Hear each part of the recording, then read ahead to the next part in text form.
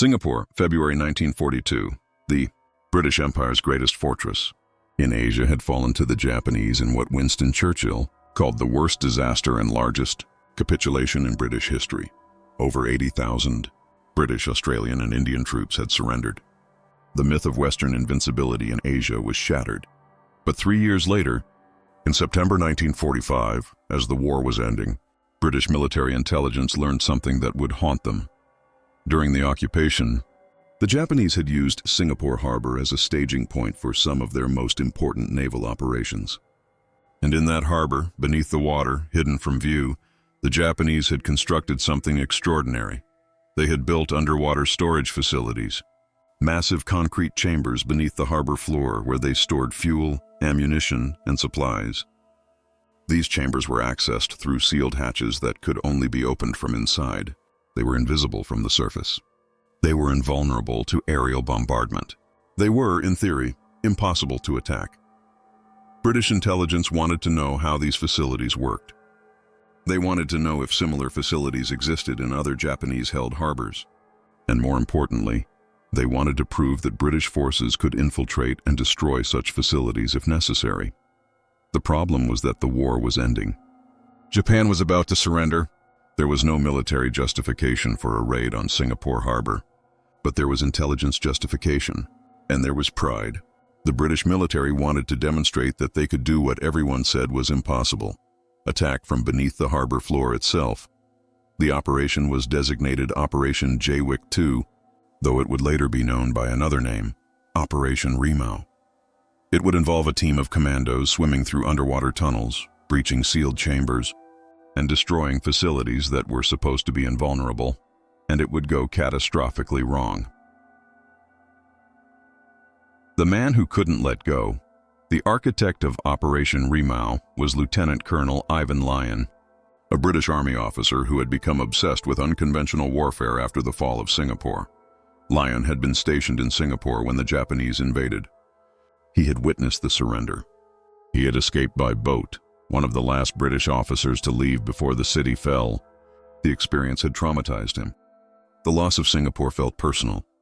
After escaping, Lyon had joined the Special Operations Executive, Britain's intelligence and sabotage organization. He had led Operation Jaywick in September 1943, a commando raid on Singapore Harbor that had successfully sunk 7 Japanese ships using limpet mines attached to hulls by commandos in kayaks. Jaywick had been a success. But Lyon wanted to do something more audacious, something that would prove British forces could strike at the heart of Japanese-controlled territory in ways the Japanese couldn't defend against.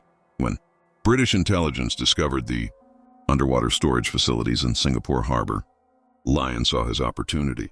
He proposed a raid that would infiltrate the facilities from below, through the harbor floor itself, and destroy them from the inside. Military command was skeptical. The logistics were daunting. The intelligence was incomplete. The risk was enormous, and the war was ending. Why conduct such a dangerous operation when Japan was about to surrender anyway? But Lyon was persuasive. He argued that understanding Japanese underwater fortifications was crucial for future intelligence. He argued that proving British capability to attack such facilities would be valuable in the post-war world.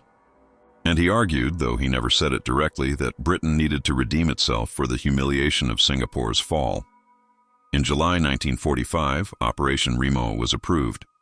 Lyon would have 6 weeks to plan and execute the raid. He would have a hand-picked team of 23 commandos, and he would have access to some of the most advanced underwater equipment the British military possessed. But he would also be racing against time. Japan was collapsing. The war might end before the raid could be executed. If that happened, the operation would be canceled, and Lyon's chance for redemption would be lost. The technology of the impossible.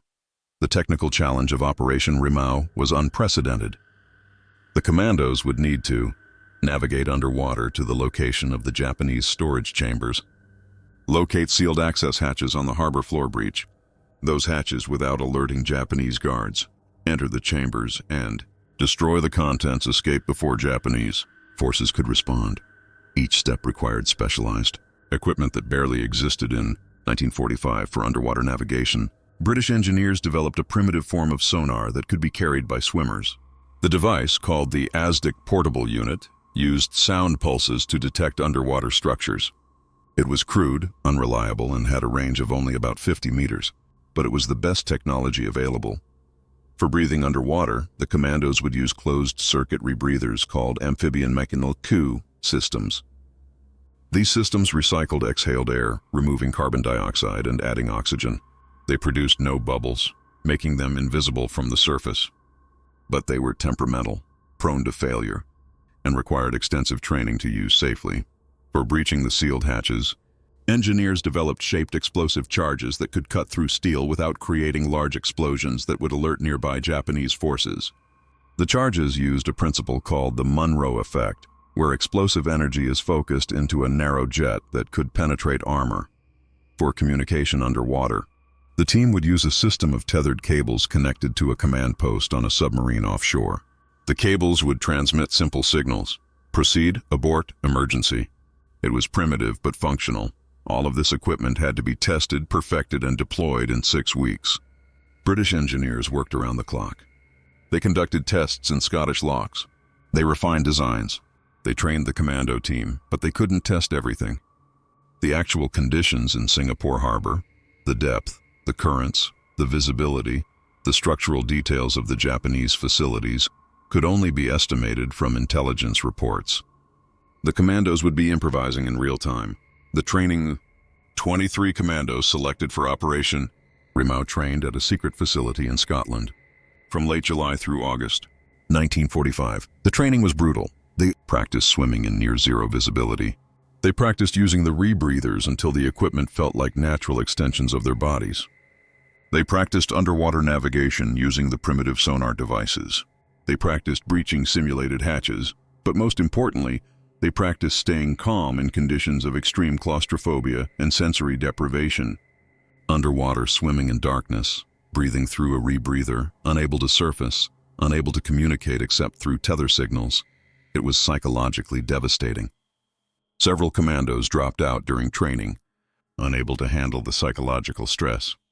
One commando, Sergeant James Hartley, described the training in a letter to his wife. "Imagine being buried alive while drowning slowly. That's what the training feels like. You're underwater in complete darkness. You can hear your heartbeat and you're breathing through the rebreather, but nothing else. You can't see anything. You don't know where you are. You don't know which direction is up. And you have to stay calm, navigate to a target, complete a task, and return. It's the most terrifying thing I've ever done." The psychological screening for the operation was extensive.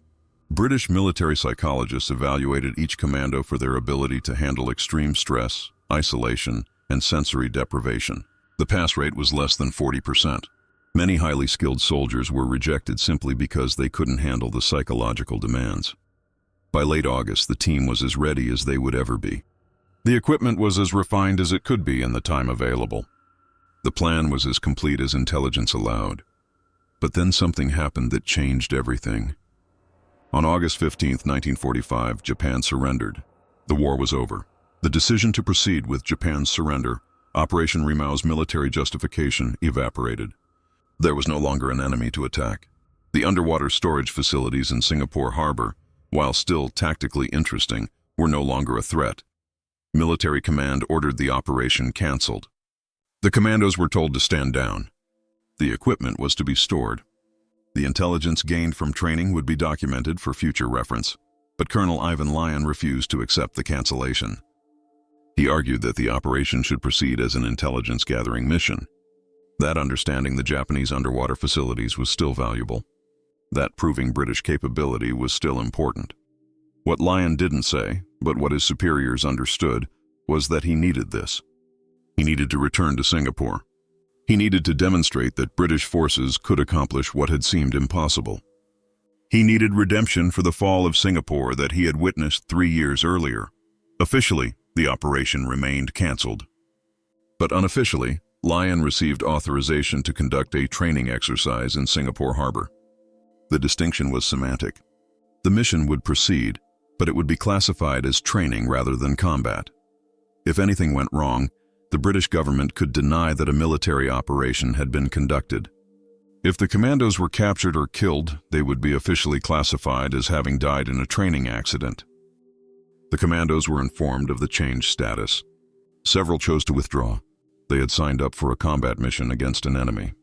Conducting an unsanctioned operation after the war ended was different. It felt unnecessary. It felt like Lyon's personal vendetta rather than a military necessity. But 18 Commandos chose to proceed. Some because they trusted Lyon, some because they wanted to complete what they'd trained for, some because they believed the intelligence value justified the risk.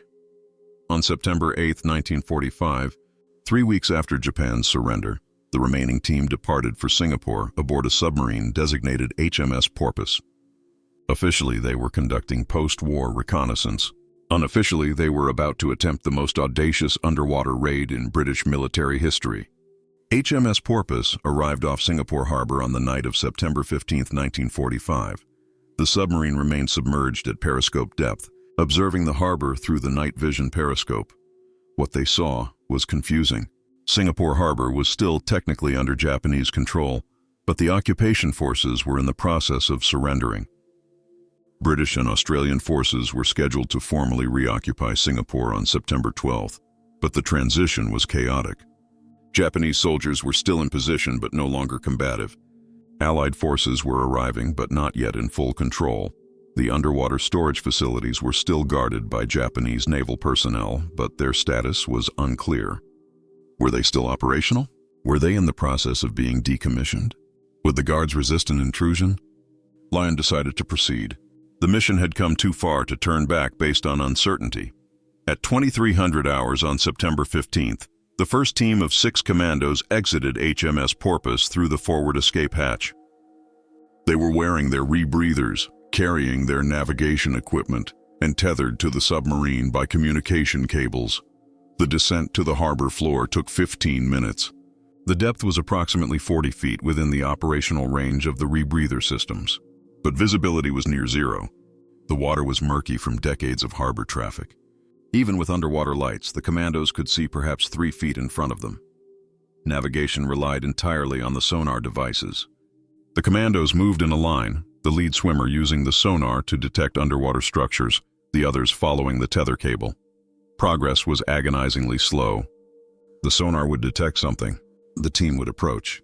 They would determine it was a rock or a sunken wreck or submerged debris. Then they would continue searching. After 2 hours, they found what they were looking for. A concrete structure built into the harbor floor. Square, approximately 10 meters on each side, with a sealed hatch on top. This was one of the Japanese underwater storage chambers. The breach, the Commandos positioned themselves around the hatch. Using underwater lights, they examined the seal. It was a wheel lock mechanism, similar to what you would find on a submarine hatch, but it was locked from the inside as intelligence had predicted. The plan was to use shaped charges to cut through the locking mechanism without creating an explosion large enough to alert Japanese forces or damage the chamber interior. Sergeant Hartley, who had been trained in underwater demolitions, positioned the charges. Each charge was about the size of a hand grenade, but shaped to focus explosive energy into a narrow cutting jet. 4 charges were placed around the lock mechanism. The Commandos retreated to a safe distance. Hartley triggered the charges using an electrical detonator connected by wire to his position. The explosion was muffled by the water, but still audible. 4 precise cuts severed the locking mechanism. The hatch was now unsealed, but here the plan encountered its first major problem. The hatch was designed to be opened from inside using compressed air to push it upward. Opening it from outside required lifting against water pressure and the weight of the hatch itself. The Commandos tried to lift it manually. It wouldn't budge. They tried using mechanical levers. Still nothing.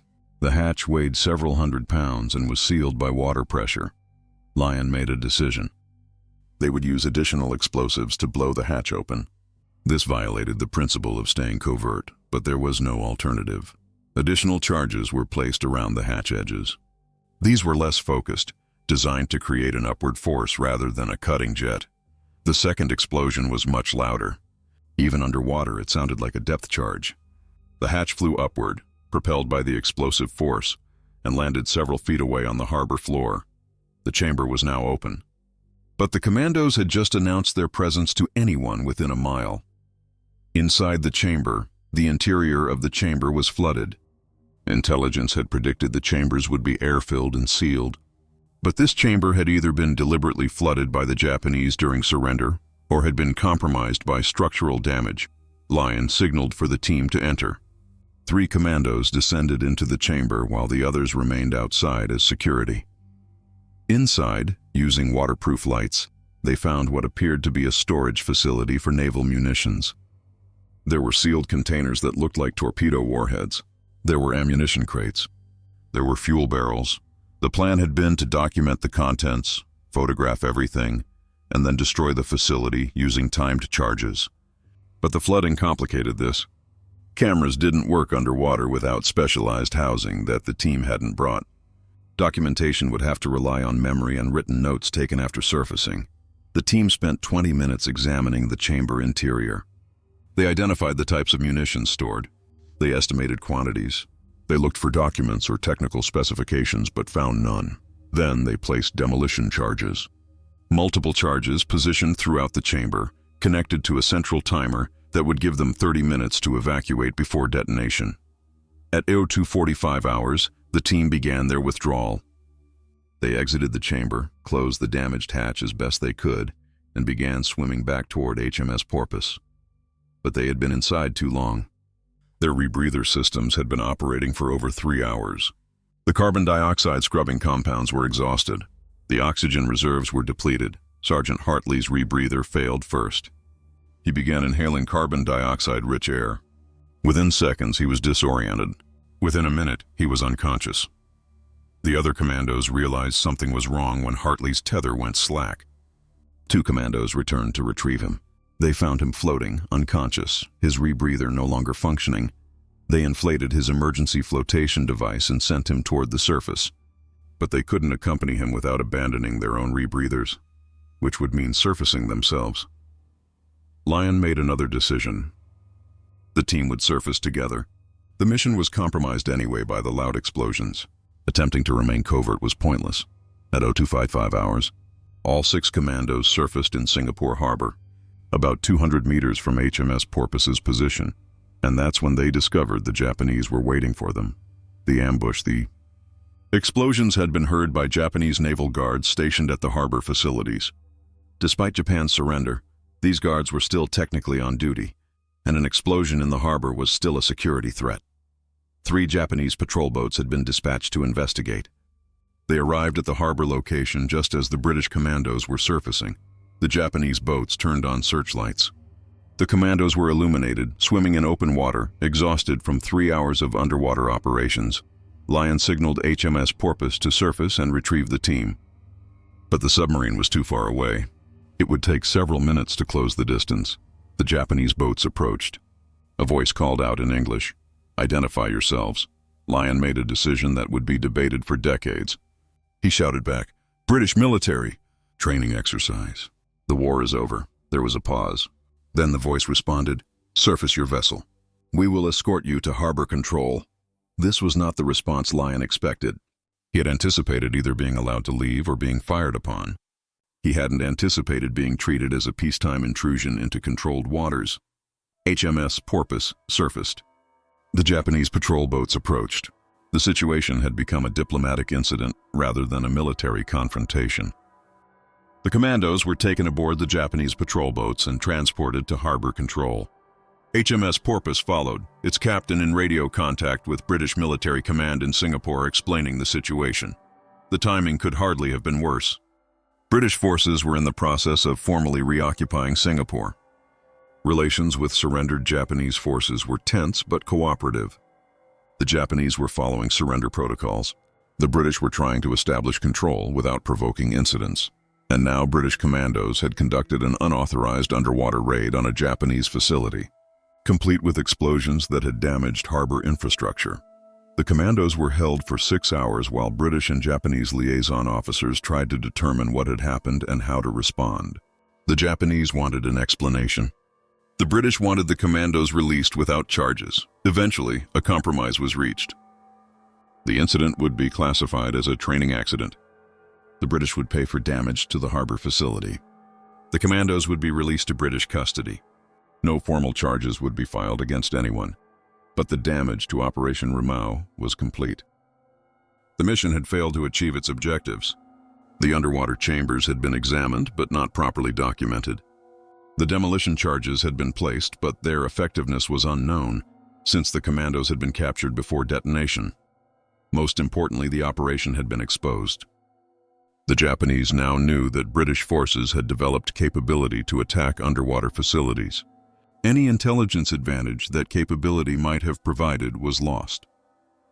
The casualty, Sergeant James Hartley, whose rebreather had failed, was hospitalized with severe carbon dioxide poisoning. He remained unconscious for 3 days. When he finally woke, he had sustained brain damage from oxygen deprivation. Hartley would never fully recover. He was medically discharged from the military in 1946. He lived until 1972, but his cognitive abilities never returned to pre-incident levels. He couldn't work. He couldn't maintain relationships. He spent his final years in a veterans care facility, one of the hidden casualties of a mission that officially never happened. The other Commandos survived physically intact but were psychologically scarred. Several developed what would later be called PTSD. They reported nightmares about drowning, about being trapped underwater, about breathing poisoned air. None of them were decorated for the operation. Officially, it had been a training exercise. Unofficially, it had been an unsanctioned raid after the war's end. There were no heroes, only survivors. The Investigation British Military Command conducted an investigation into Operation Rimau to determine what had gone wrong and who was responsible. The investigation's findings were damning. The operation had been conducted without proper authorization after the war's end. The intelligence about the underwater chambers had been incomplete. The equipment had not been adequately tested for the actual conditions. The plan had been based on optimistic assumptions rather than realistic assessment. The mission commander had allowed personal motivations to override tactical judgment. The report concluded that Operation Rimau had been an operation motivated more by pride than by military necessity, conducted with inadequate preparation and resulting in unnecessary risk to personnel without commensurate intelligence value. Colonel Ivan Lyon was reprimanded. His military career, which had been distinguished before Rimau, was effectively ended. He resigned his commission in 1946 and spent the remainder of his life in relative obscurity. Lyon rarely spoke about Operation Rimau. When asked about it in a 1968 interview, shortly before his death, he said only, "I wanted to prove something. I wanted to show that we could do what seemed impossible. I was wrong to risk my men for that. Some things aren't worth proving." The cover-up Operation Rimau was classified immediately after it occurred. All documentation was sealed. The Commandos were ordered not to discuss the operation with anyone, including family. The official record stated that HMS Porpoise had conducted routine post-war reconnaissance in Singapore Harbor, that a training accident had occurred resulting in 1 injury, that no combat operations had been conducted. This remained the official story for 50 years. The Commandos who participated were bound by secrecy agreements. They couldn't tell their stories. They couldn't seek recognition for what they'd attempted. It wasn't until 1995, when British military archives began declassifying World War II operations, that the truth about Operation Rimau emerged. Researchers found the classified reports. They interviewed surviving Commandos. They pieced together what had actually happened. The revelation created minimal public interest. By 1995, World War II was ancient history. The technical details of underwater commando operations didn't capture public imagination. The story remained obscure, known primarily to military historians and special operations researchers. The technical legacy, despite its failure as an Operation Rimau produced valuable technical insights that influenced future special operations. The experience demonstrated that underwater infiltration of harbors was technically feasible but extremely difficult. The equipment needed to be more reliable. The planning needed to be more thorough. The psychological preparation needed to be more extensive. British and American Special Forces developed improved underwater breathing systems based on lessons from Rimau. They developed better underwater navigation equipment. They developed more sophisticated explosive entry techniques. By the 1960s, military diving had evolved significantly. Navy SEALs in the United States and Special Boat Service in the UK conducted underwater operations that would have been impossible in 1945. The principle that Rimau tried to prove that underwater approaches could bypass surface defenses became accepted doctrine. Modern naval special warfare units routinely conduct operations that Operation Rimau attempted but failed to execute. The Japanese perspective. The Japanese guards who intercepted the British commandos were interviewed decades later about the incident. One guard, Seaman Takeshi Yamada, described the experience. "We heard explosions underwater. We didn't know what they were. We thought maybe mines or depth charges left over from the war. We were ordered to investigate. When we arrived, we saw men surfacing. They were wearing strange equipment. At first, we thought they were Japanese divers from another unit. Then we realized they were speaking English. We were confused about what to do. The war was over. We had surrendered.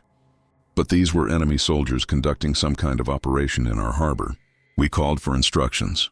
Eventually, we were told to detain them peacefully and turn them over to British authorities. It was very strange. In war, we would have fired on them. In peace, we escorted them to safety."